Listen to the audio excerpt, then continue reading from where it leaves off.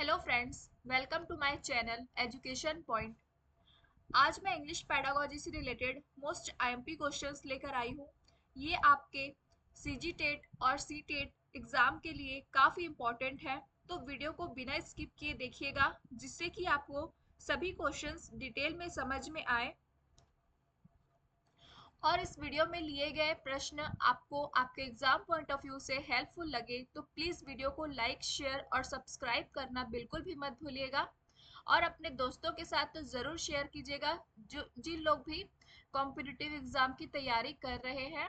तो चलिए शुरू करते हैं। आज का हमारा पहला क्वेश्चन है, which of the following activity is not appropriate for developing reading skill. मतलब पठन कौशल के विकास में इन चारों में से कौन सा कौशल उचित नहीं होगा, ये पूछा गया है। Option A reading aloud, option B scanning a text, option C reading for inference, option D use of abbreviation. मतलब रीडिंग अलाउड मतलब हो जाएगा तेज तेज पढ़ना, है ना। लेकिन ये जो तेज तेज पढ़ना हो जाएगा, ये किन के लिए हो जाएगा, तो ये छोटे बच्चों के लिए होता है ना। जैसे कि छोटे क्लास में बच्चों को पढ़ाया जाता है ए फॉर एप्पल, है ना, बी फॉर बॉल, इस टाइप से। तो वो जोर जोर से बच्चों को पढ़ाया जाता है, ठीक है। ये छोटे बच्चों के लिए हो जाएगा। और ऑप्शन बी है स्कैनिंग अ टेक्स्ट, मतलब गहन रूप से किसी टेक्स्ट को दे स्कैन करना। Option C reading for inference, मतलब अनुगान के साथ पढ़ना। Option D use of abbreviation. Abbreviation का मतलब हो जाएगा यहाँ पर संक्षिप्तीकरण से, एक प्रकार से संक्षिप्तीकरण हो जाएगा, ठीक है। संक्षिप्तीकरण का यूज करते हुए पढ़ना। तो इसका सही आंसर क्या हो जाएगा, यहाँ पर तो नॉट अप्रोप्रिएट बोल रहे हैं ना, मतलब कौन सा उचित नहीं होगा। तो यूज ऑफ एब्रिविएशन मतलब कि संक्षिप्तीकरण करते हुए पठन कौशल का विकास नहीं हो पाएगा। Option D is a right answer. Next question, for effective learning language skills should be taught. मतलब प्रभावी रूप से सीखने के लिए भाषा कौशल किस प्रकार से सिखाया जाना चाहिए। Option A in in an integrated manner, मतलब एकीकृत तरीके से। Option B in a separated manner, मतलब अलग अलग करके। Option C through specific book, मतलब स्पेसिफिक बुक के द्वारा। Option D through detailed teaching, या फिर डिटेल टीचिंग के द्वारा।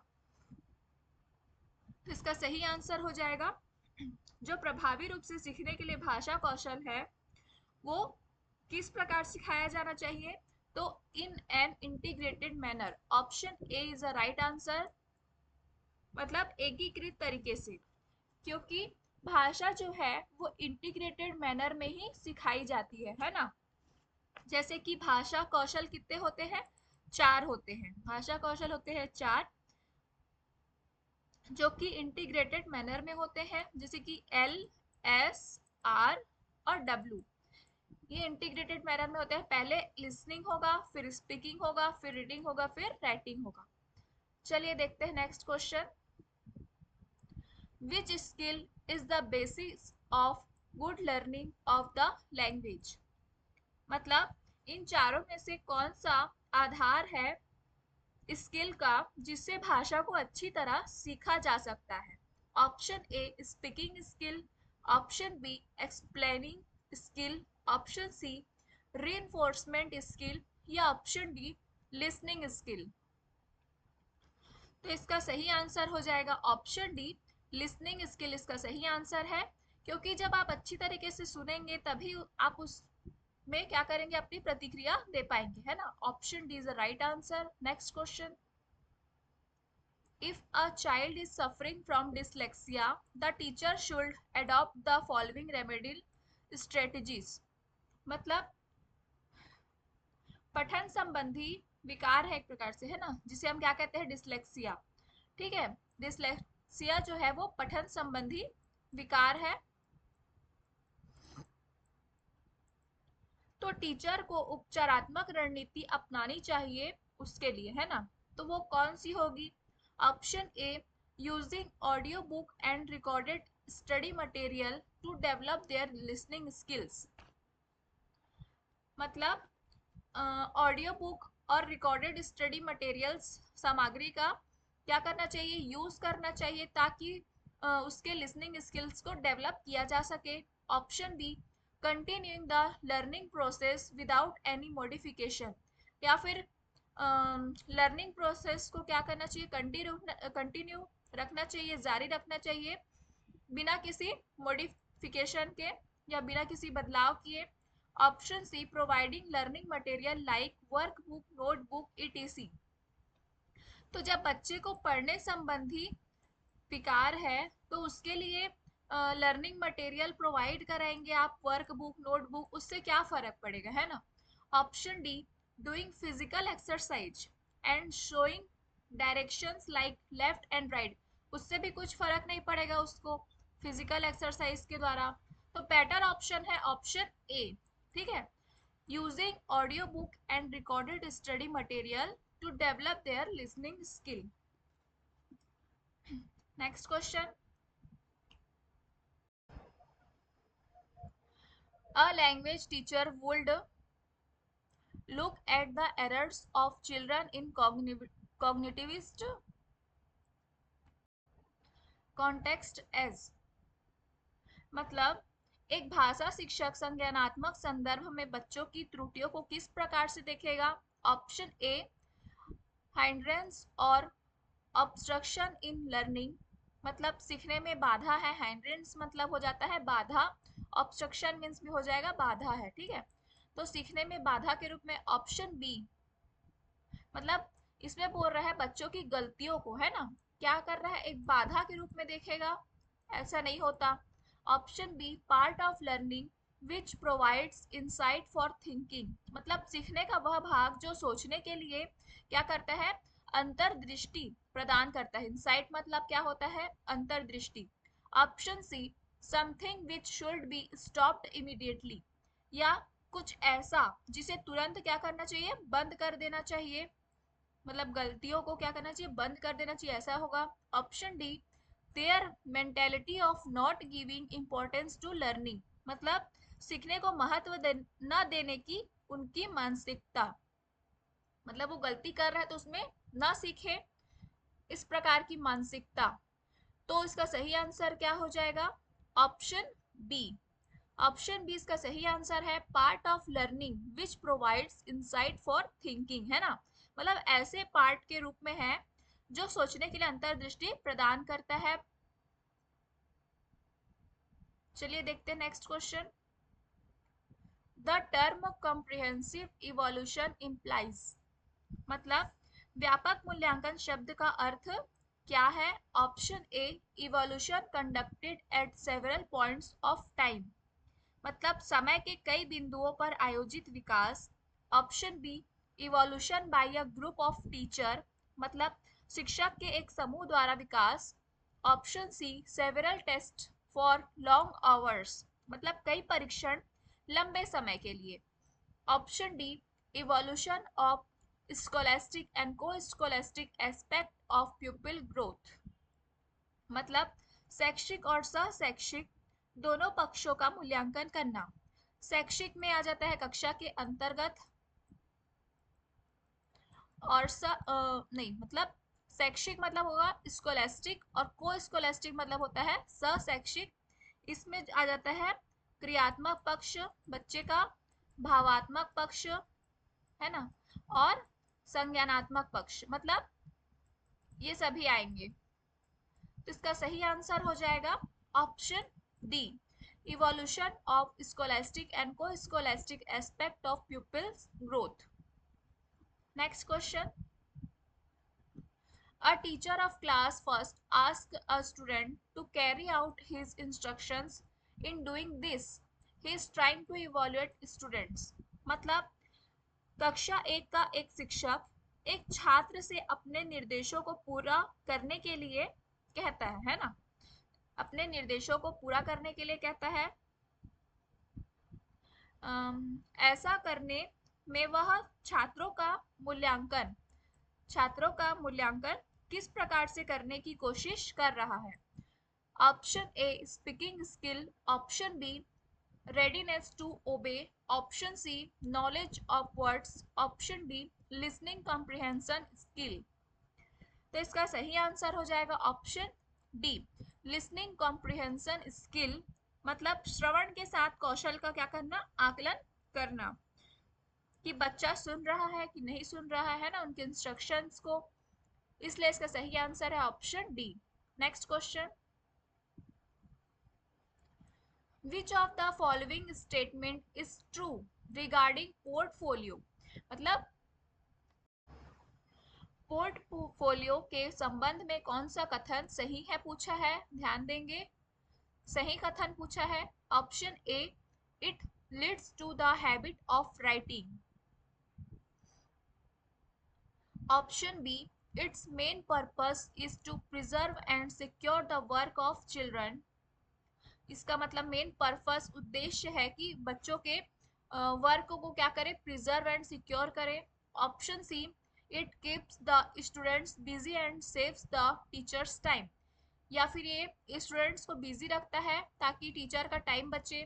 Option D it helps the teacher to understand the progress of the students, या ये शिक्षक को मदद करता है कि वो समझ सके बच्चों के प्रोग्रेस को।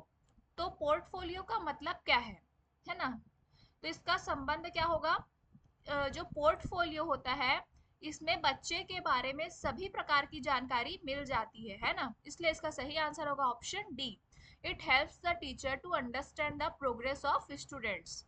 Next question, proficiency test can help the teacher to, मतलब प्रवीणता परीक्षण जो मदद करता है शिक्षक को, तो प्रवीणता परीक्षण जो है वो शिक्षक को किस प्रकार मदद करता है। Option A select students for competition,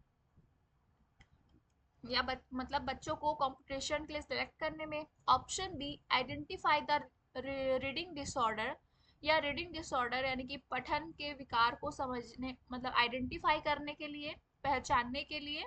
option C evaluate learners skills in a language, या लर्नर्स के स्किल्स मतलब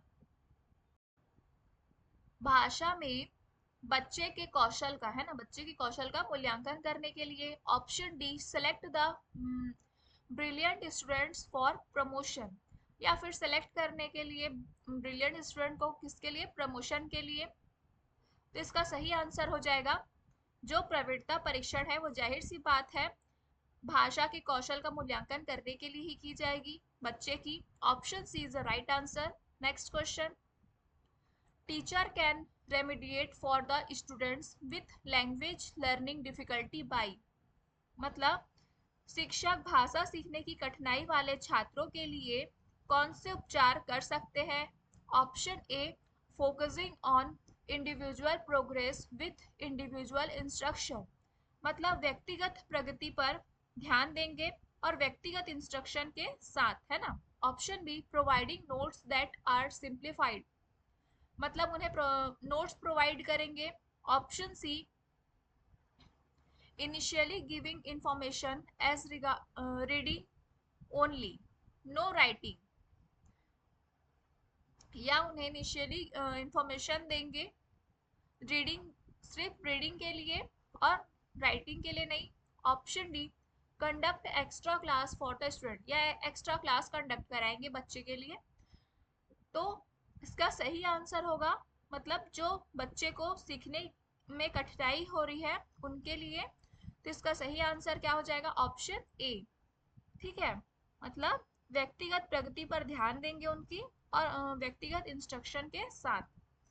next question, what is implicit in special lesson for students for relaxation and develop general reading skills, मतलब छात्रों के लिए विशेष पाठ में क्या निहित है, रिलैक्सेशन और सामान्य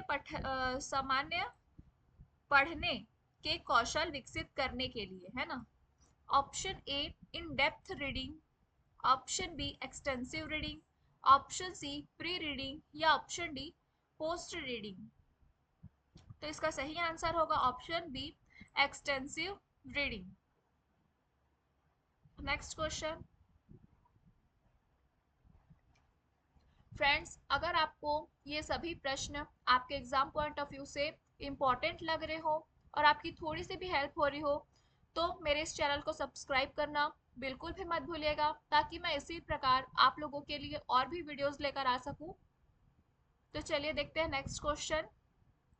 the concept of transformative generative grammar was given by, मतलब कि कॉन्सेप्ट है ट्रांसफॉर्मेटिव और जनरेटिव ग्रामर का, ये किसने दिया था। Option A Bruner, option B पियाजे, option C Noam Chomsky, option D Skinner. तो ट्रांसफॉर्मेटिव जनरेटिव ग्रामर दिया था नोम चॉम्स्की ने, और इन्होंने एलएडी यानी कि लैंग्वेज एक्विजिशन डिवाइस के बारे में भी बताया था, ये भी आप ध्यान देंगे। Next question. An effective pathway in language learning begins with, मतलब इफेक्टिव रास्ता पूछा है ना, इफेक्टिव रास्ता है भाषा सीखने का। Option A preparing a list of reading materials,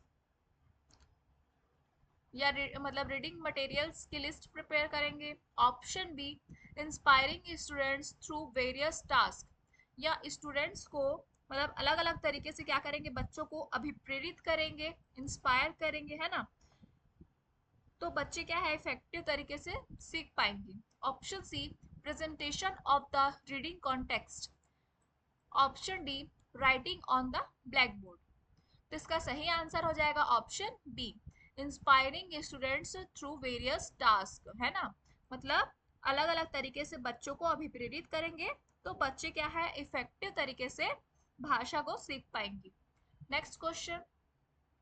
A child acquires language naturally if they are exposed to, मतलब बच्चा प्राकृतिक रूप से भाषा को अधिग्रहण कर सकता है ना। नेचुरली यानी कि मतलब प्राकृतिक रूप से भाषा को अधिग्रहण कर सकता है जब उसके संपर्क में रखा जाए।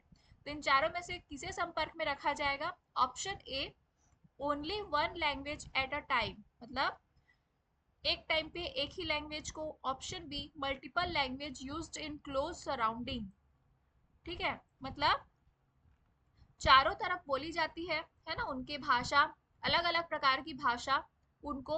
Option C only through electronic and print medium, या सिर्फ इलेक्ट्रॉनिक और प्रिंट मीडियम के माध्यम से। Option D the grammatical composition of the language के द्वारा। तो इसका सही आंसर क्या हो जाएगा ऑप्शन बी मल्टीपल लैंग्वेज, है ना, यूज्ड इन क्लोज सराउंडिंग, मतलब उसके चारों तरफ जो अलग अलग प्रकार की भाषाएं बोली जा रही है उनको उसके संपर्क में रखा जाए तो बच्चा जो है वो प्राकृतिक रूप से भाषा को अधिग्रहण कर सकता है। Option B is the right answer. Next question, ये इस वीडियो का लास्ट क्वेश्चन है। Which method of teaching English was based on the behaviourist structuralist paradigm, मतलब इनमें से कौन सा जो है वो व्यवहारवादी और संरचनावादी प्रतिमान पर आधारित है। व्यवहारवादी और संरचनावादी प्रतिमान पर आधारित है। Option A reading method, option B audiolingual method, option C direct method, option D grammar translation method. तो इसका सही आंसर हो जाएगा जो बिहेवियरिस्ट और स्ट्रक्चरलिस्ट पैराडिग्म है वो होता है audiolingual method. Option B is right answer. तो ये थे आज के टॉप 15 एमसीक्यू। अगर आपको इस वीडियो में लिए गए क्वेश्चंस पसंद आए हो तो please like share and subscribe to my channel and press the bell icon, जिससे कि आपको आने वाली वीडियोस की नोटिफिकेशन सबसे पहले मिल सके। Thank you for watching.